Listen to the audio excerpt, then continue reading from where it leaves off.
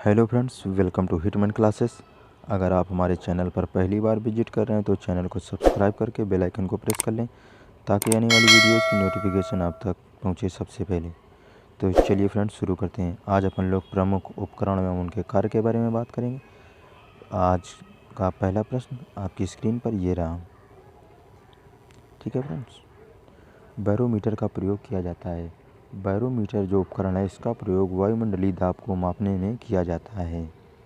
ठीक है friends, stethoscope का प्रयोग किया जाता है। स्टेथोस्कोप है, इसका प्रयोग हृदय और फेफड़ों की गति को सुनने में किया जाता है। स्टेथोस्कोप का प्रयोग हृदय और फेफड़ों की गति को सुनने के लिए किया जाता है। चलते हैं अगले प्रश्न पर।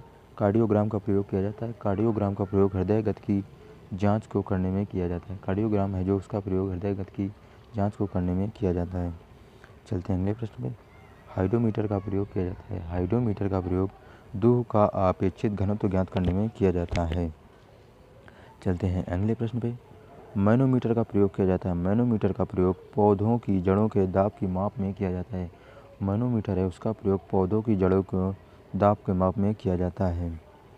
चलते हैं अगले प्रश्न पे। रेन गेज का प्रयोग किया जाता है। रेन गेज का प्रयोग वर्षा को मापने में किया जाता है। रेन गेज है जो इसका प्रयोग वर्षा को मापने के लिए किया जाता है। चलते हैं अगले प्रश्न पे। रिक्टर स्केल का प्रयोग किया जाता है। रिक्टर स्केल का प्रयोग भूकंप की तीव्रता की माप को ज्ञात करने में किया जाता है। रिक्टर स्केल का प्रयोग भूकंप की तीव्रता की माप को ज्ञात करने में किया जाता है।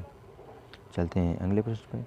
फायदोमीटर का प्रयोग किया जाता है। फायदोमीटर का प्रयोग समुद्र की गहराई को मापने में किया जाता है।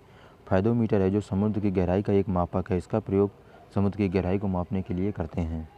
चलते हैं अगले प्रश्न पे। एनीमोमीटर का प्रयोग किया जाता है। एनीमोमीटर का प्रयोग हवा की शक्ति एवं गति की माप को ज्ञात करने में किया जाता है।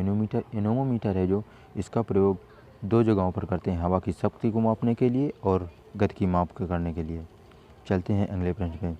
हाइग्रोमीटर का प्रयोग किया जाता है। हाइग्रोमीटर का प्रयोग वायुमंडल की आर्द्रता की माप के किया जाता है। हाइग्रोमीटर का प्रयोग वायुमंडल की आर्द्रता की माप में किया जाता है। चलते हैं अगले प्रश्न पे।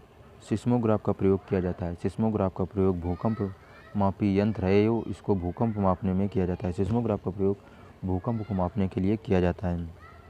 चलते हैं अगले प्रश्न पे। सेक्सटेंट का प्रयोग किया जाता है। सेक्सटेंट का प्रयोग है जो इसका प्रयोग दो वस्तुओं के कोणीय दूरी की माप को ज्ञात करने में किया जाता है। सेक्सटेंट का प्रयोग दो वस्तुओं के कोणीय दूरी की माप को ज्ञात करने में किया जाता है। चलते हैं अगले प्रश्न पे। आमीटर का प्रयोग किया जाता है। आमीटर का प्रयोग पहिए द्वारा तय की गई दूरी के ज्ञात करने के लिए किया जाता है। आमीटर का प्रयोग पहियों द्वारा तय की गई दूरी को ज्ञात करने में किया जाता है। चलते हैं अगले प्रश्न पे। केस्कोग्राफ का प्रयोग किया जाता है। केस्कोग्राफ का प्रयोग पौधों की वृद्धि की माप को ज्ञात करने में किया जाता है। केस्कोग्राफ का प्रयोग पौधों की वृद्धि की माप को ज्ञात करने में किया जाता है।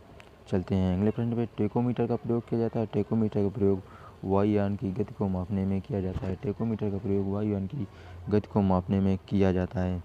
चलते हैं अगले प्रश्न पे। स्फिग्मोमैनोमीटर का प्रयोग किया जाता है। स्फिग्मोमैनोमीटर का प्रयोग रक्तदाब को मापने में किया जाता है। स्फिग्मोमैनोमीटर का प्रयोग रक्तदाब को मापने में किया जाता है। ठीक है फ्रेंड्स, आज की क्लास में इतना ही रखते हैं। मिलते हैं नेक्स्ट क्लास में। अगर आपने अभी तक हमारे चैनल को सब्सक्राइब नहीं किया है तो चैनल को सब्सक्राइब कर लें। ठीक है फ्रेंड्स, आज की क्लास कैसी लगी आप हमें कमेंट बॉक्स में ज़रूर बताइएगा। तब तक के लिए टेक केयर,